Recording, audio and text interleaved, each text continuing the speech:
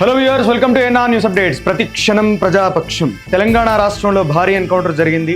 భద్రాద్రి కొత్తగూడెం జిల్లా కరకగూడెం మండలం మోతి గ్రామం వద్ద పోలీసులు పెట్రోలింగ్ నిర్వహిస్తున్నటువంటి సందర్భంలో ఎన్కౌంటర్ జరిగింది. అక్కడ మావోయిస్టులు సంచరిస్తున్నారు. మావోయిస్టులు సంచరించే సమయంలో మేము ఎన్కౌంటర్ చేయాల్సి వచ్చింది. ఎదురుకాల్పుల లోపల వాళ్ళు అసాసినేట్ అయిపోయారని చెప్పి అక్కడ ఉన్నటువంటి పోలీసులు ఇచ్చినటువంటి సమాచారం. ఇది నిజంగా జరుగుతుందా?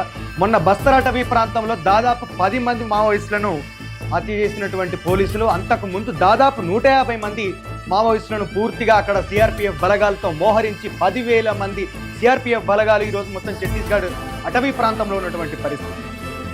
ఈరోజు ఎందుకుంటున్నారు? అక్కడ అదాని కంపెనీకి కొమ్ము గాయడానుకుంటున్నారా? అక్కడ మైనింగ్ నిర్వహిస్తూ ఉంటే ప్రకృతిని పూర్తిగా విధ్వంసం చేస్తూ ఉంటే వాళ్ళని కాపాడడానికి ఈరోజు అక్కడ మీరు ప్రయత్నం చేస్తూ ఉన్నారా? ఇట్లాంటి పరిస్థితుల లోపల దేనికైతే వ్యతిరేకంగా పోరాటం చేయాలో ఇక్కడ నేషనల్ గ్రీన్ ట్రిబ్యునల్ ఏం చేస్తూ ఉన్నది? ఎందుకు మాట్లాడతలేదు? మానవ హక్కుల కమిషన్ ఏం చేస్తూ ఉన్నది? ఇన్ని హత్యలు జరుగుతూ ఉంటే ఖచ్చితంగా మాట్లాడాలి కదా. పౌర హక్కుల వాళ్ళు నిజ నిర్ధారణ కోసం అడవిలోకి వెళ్తా అని చెప్పనంటే అడ్డుకుంటారు. అక్కడ ఎంతమంది చనిపోయారు, ఎంతమందిని హత్య చేయరని చెప్పి లెక్క చేశారని చెప్పి లెక్క చెప్పమంటే ఎవ్వరు కూడా నోరు విప్పనటువంటి పరిస్థితి. మీడియా స్వాతంత్రం పూర్తిగా నాశనమైనటువంటి పరిస్థితి. కేంద్ర ప్రభుత్వం తీసుకొచ్చి ఈ విధంగా కేంద్ర ప్రభుత్వం ప్రవర్తిస్తున్నటువంటి తీరు మావోయిస్టుల పట్ల కనీసమైనటువంటి ఒక కన్సర్న్ అనేది వాళ్ళకు లేకుండా పోయింది. పూర్తిగా అసలు ఇది మనిషి యొక్క జీవించే హక్కును హరించడం లాంటి. ఖచ్చితంగా ప్రతి ఒక్కరు ప్రశ్నించవలసినటువంటి అవసరం ఉన్నది కదా. సమర్థిస్తారా? ఎన్కౌంటర్ను సమర్థిస్తారా?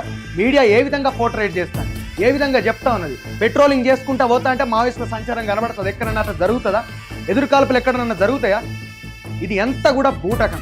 దీన్ని ప్రశ్నించేవారు లేక, దీన్ని అడిగేటోళ్ళు లేక, ఇష్టానుసారంగా ఇష్టారాజ్యంగా నియంతృత్వ ధోరణితోటి ఈరోజు కేంద్ర ప్రభుత్వం కావచ్చు, ఇక్కడున్నటువంటి పోలీసు బలగాలు కావచ్చు, తెలంగాణ రాష్ట్రంలో అసలు కొత్తగా ఇంతకు ముందు దాదాపు తెలంగాణ రాష్ట్రం కళ సాకారమైన తర్వాత, ప్రత్యేక రాష్ట్రం ఏర్పడిన తర్వాత దాదాపు చాలా తక్కువ ఎన్కౌంటర్స్ తెలంగాణ రాష్ట్రంలో జరిగినాయి. తెలంగాణ రాష్ట్ర ప్రభుత్వం టీఆర్ఎస్ ప్రభుత్వం ఏర్పడిన తర్వాత వరంగల్లో ఎన్కౌంటర్ జరిగిన తర్వాత, మళ్ళీ అక్కడ మందరి అడవుల్లో జరిగిన తర్వాత, మళ్ళీ ఈరోజు భద్రాద్రి కొత్తగూడెం అడవుల్లోనే ఆ ప్రాంతాల్లో పట్టిన ఎక్కువగా జరుగుతూ ఉంటాయి. ఇవన్నీ కూడా బూటకపు ఎన్కౌంటర్లు అని చెప్పి చాలా ఈజీగా మనకు తెలిసిపోతాం. ఎక్కడన్నా మావోయిస్టులు ఎట్లా తిరుగుతారు, ఏం తిరుగుతారు, ఏది ఉంటాయని చెప్పి ప్రజలు ఇంత సరే ఒక 10 సంవత్సరాల క్రితం అంటే మాకు తెలియలేదు. ఇప్పుడున్నటువంటి పరిస్థితుల్లో తెలియదా? ఇది ఎంత హాస్యాస్పదమైనటువంటి విషయం. ఇది మావోయిస్టుల సంచారం జరుగుతుందని చెప్పి మీకు ఒక అనుమానం వచ్చినప్పుడు, ఒక ఇన్ఫర్మేషన్ వచ్చినప్పుడు మీరు కుమ్మి ఎందుకు చేస్తూ ఉన్నారు? మావోయిస్టులు జనావాసాల్లోకి వస్తే మీరు అక్కడికి వెళ్ళి ఎంక్వైరీ చేస్తారు కావచ్చు, వాళ్ళని అరెస్ట్ చేస్తారు కావచ్చు, కోర్టులో సబ్మిట్ చేయాలి. ఎన్కౌంటర్ చేసేది, ఎదురుకాల్పులు చేసేది. ఎదురుకాల్పులు ఎప్పుడు జరుగుతాయి? పోలీసులు కనవడంగానే వాళ్ళు ఫైర్ ఓపెన్ చేస్తారా? ఎవరైనా పోలీసులు కనబడ్డా నక్సలైట్లు తప్పించుకుందామని చూస్తారు, నక్సలైట్లు కనబడ్డా పోలీసులు తప్పించుకుంటామని చూస్తారు. ఇది మాత్రం కాదు, ఇది ప్రజలు నమ్మే విషయం. ఇది ఎదురుకాల్పులు జరుగుతాయా? చేస్తారా? అది కూడా పెట్రోలింగ్కి పోయినటువంటి గ్రేహౌండ్స్ పోలీసులు చేస్తారా? అసలు ఈ పరిస్థితికి ముఖ్య కారణం ఎన్టీ రామారావు గవర్నమెంటు, హెచ్జే దొర అనేటటువంటి ఒక దుర్మార్గుడు. అరే తెలంగాణ రాష్ట్రం లోపల పిల్లలకు పాఠశాలలు లేవురా, మాకు హాస్పిటల్స్ లేవు, సరైనటువంటి సౌకర్యాలు లేవని చెప్పి చెప్పవలసింది పోయి మాకు 1000 పోలీస్ స్టేషన్లు కావాలంటే వాడు మండలంకో పోలీస్ స్టేషన్ ఇచ్చి ఈరోజు పూర్తిగా ప్రశ్నించే గొంతులను నొక్కే ప్రయత్నం చేసిండు. దాన్ని ప్రతి ప్రభుత్వం కూడా కంటిన్యూ చేసింది. గ్రేహౌండ్స్ అనేటిది అప్పుడు ఉడితే దేశానికి ఆదర్శం అయిపోయింది.